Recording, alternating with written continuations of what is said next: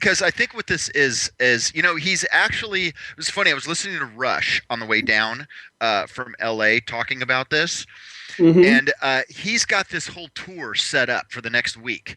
That's what he The does. president That's who he has. is. Oh, exactly. Right. The ratings are down. Last year's State of the Union speech, the 2013 State of the Union speech, was the lowest watched State of the Union speech in 13 years. The next Right, lowest right, right. rating was Clinton in 2000, and it's obviously it's no longer a report from the chief executive to Congress as to the state of the country and what's going on. It is, all of my latest proposals and nonsense, and it's all politics, obviously. Well, to be And in fair, this listen. particular case, go ahead. Go ahead, man. I was going to Oh say no, to no, be you please. fair to. Well, I was going to say to be fair to Obama. I often bite the inside of my cheek when I say that. The State of the Union's been a political speech, a campaign speech, if you will, for quite a long time. In fact, Oh God, yes. while the Constitution requires a State of the Union report, if you will, it does not require that to be delivered A in person and B obviously on television these days. But yeah, I mean it's of course it's political. So I mean that's not unique to Obama. Right. One thing I did thinking about the tax thing, and maybe you know what, why don't you lay out what the expectation? Because obviously, what happens is that all of this stuff is trial balloons and advance notice to get eyeballs on the screen and to raise awareness and generate conversation. But why don't you go through what obviously we talked last week about the free junior college thing. Why don't Right. you talk through about what the tax proposal is going to be, Okay, we'll hit the the highlights, but details, yeah, the let me back up. highlights? That's Let me back generous. up. Yeah, excuse me. Back up a sec. Man, the coughing thing. I took. Yeah, but anyway, back up a second. The vapor lock, complete vapor. Oh no, no, no. This notion. I did not know this. You heard this from Rush that he now. I'm not surprised, but that he now, following tomorrow night's speech, is going to embark on yet another campaign tour to sell this to the folks. And of course, the folks to whom he's selling are the loyal Obama bots. He shows up at college campuses, he shows up friendly environments, and he says this crap that he's going to say tomorrow night, and everybody cheers, and he thinks that has an impact. Would you not think that if he was even remotely genuine, and after getting his ass completely handed to him, and it was his ass, it was the Democrats' asses, but it was his ass because the ass kicking was based on his policies.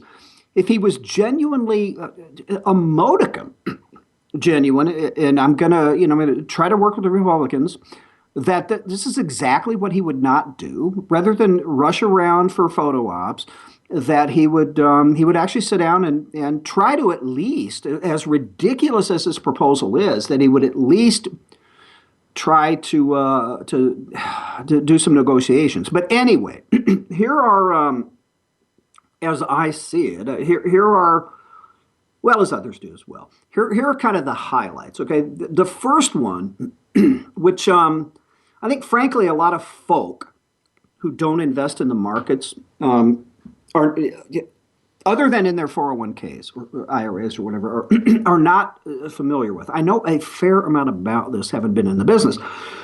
But the issue of capital gains, very quickly, see, this is why it's going to take more time. You have to pick up some of it after we're done with Evan. But capital gain, very, very simply, is if you buy a stock for $1 and you sell it for $10, you have a $9 capital gain on which you must pay a tax. And that does not a stock, a property, or whatever else. So what he's proposing, first of all, I believe when he came into the office, top capital gain rate was either 15 or 18%. He's now raised it to 23 point something. This says 25. I think it's 23.8 or whatever. He wants to raise the top capital gain rate to 28%. But here's the biggie. Here's the real biggie. Okay, and I'm going to get into the weeds just a tad with this one. If you own appreciable potentially appreciable equities, okay, within a 401k or an IRA, like a stock, okay, you own them in mutual funds. If they are within a what we call qualified plan, an IRA, 401k, or whatever, they appreciate, and you have no gains when things are sold. But here's the even bigger part. And you know what? Well, I won't even say what I'm going to say. If you just own them outright, okay, not in a retirement plan. And back to my example, you own a share of something for $1. You bought it for $1. That's your cost basis. You sell it for 10. When you sell it, you have to pay capital gains tax on that $9. Here is something that, of course, the liberals call it a loophole. If you, through a will or through a trust, if you leave that same stock to an heir, kids, relatives, anyone, and you die and they inherit that stock that you paid $1 for, and that is now worth 10, they don't have to pay capital gains tax. They receive what's called stepped up basis. There is no capital gains tax. Their basis becomes day to death fair market value of that security. I don't know if you knew that or not. And I know that's I did not. I did not know they step up the basis for capital gains purposes via inheritance. I did they do not so know that. they do so literally. If you own, it's Monday, all right, you sell that stock, you have a $9 gain, you pay the tax. If you die on Tuesday and they inherit it, they pay no capital gains tax because they receive stepped up basis. Oh, that's interesting. And Now, and that's one of the things that he is going to he do. wants to do away. Well, he wants to do away with that. Oh, that's interesting. Now, let me tell you this: as a conservative and as a former investment advisor, I have said this was not going to sound like a conservative.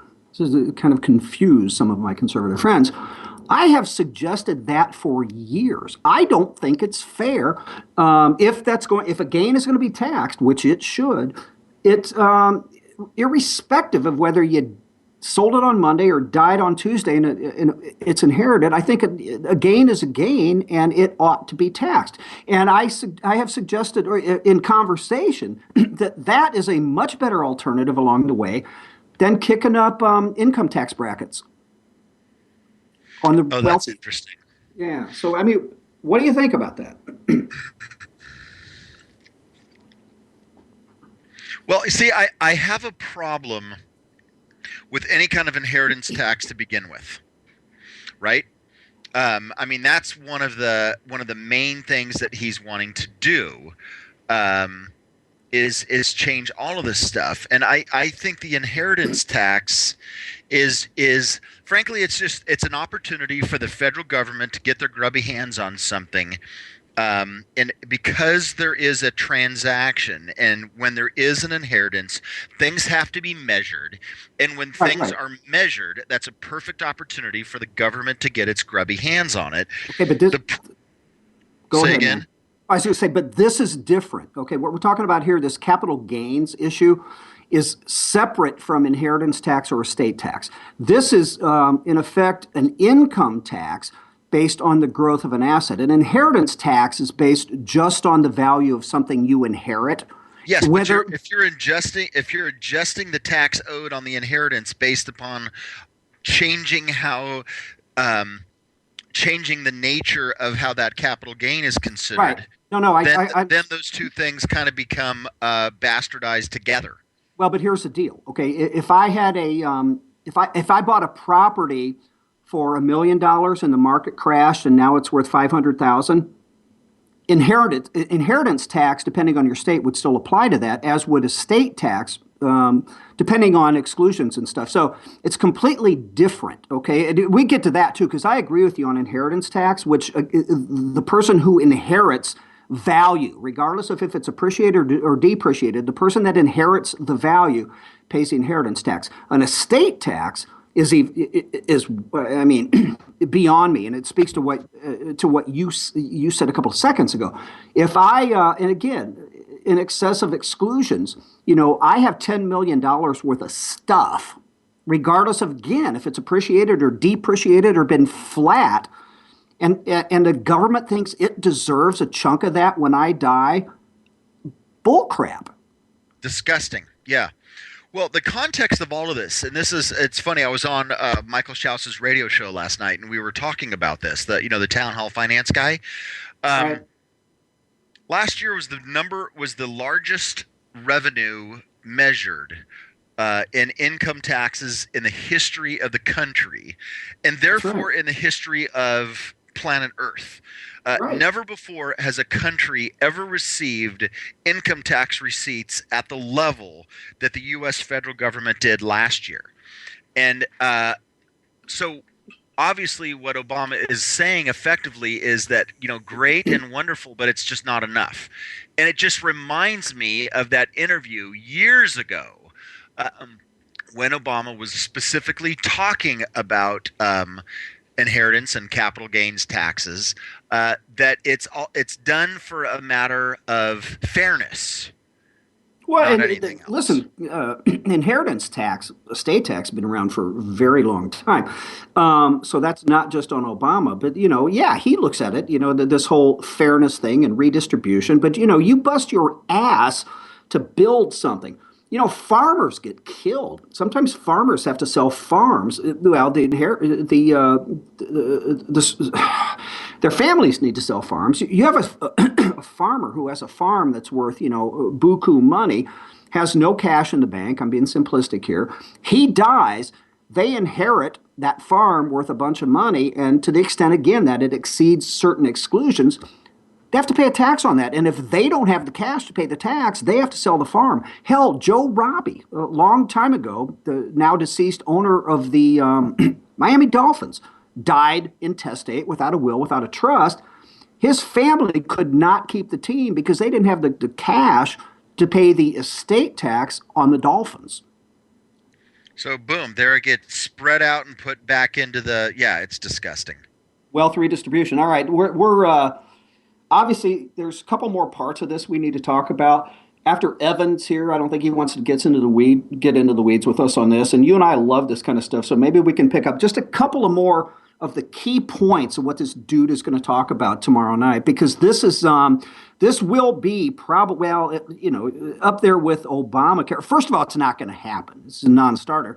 It would be up there with Obamacare as the two largest wealth redistribution schemes in the history of the universe.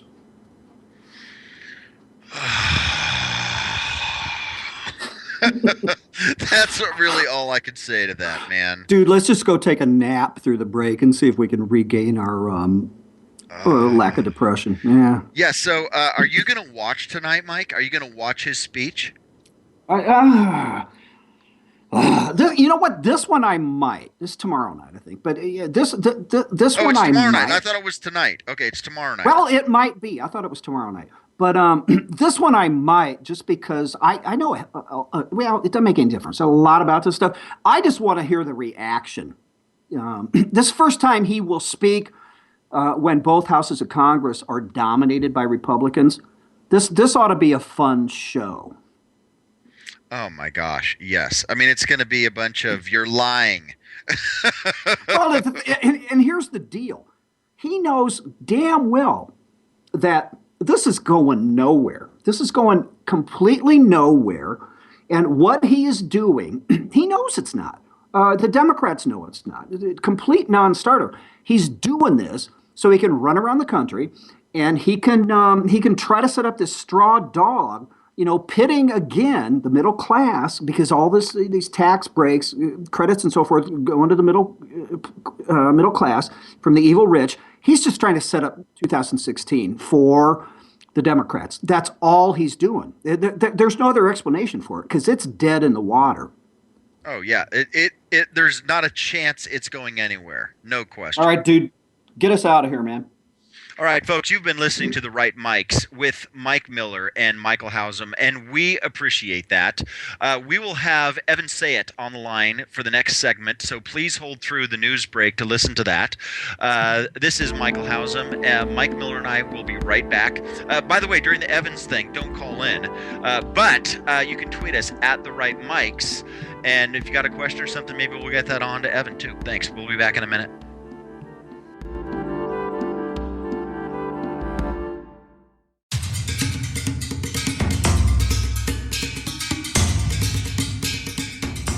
This is Vigilant Liberty Radio News from Independent Journal Review,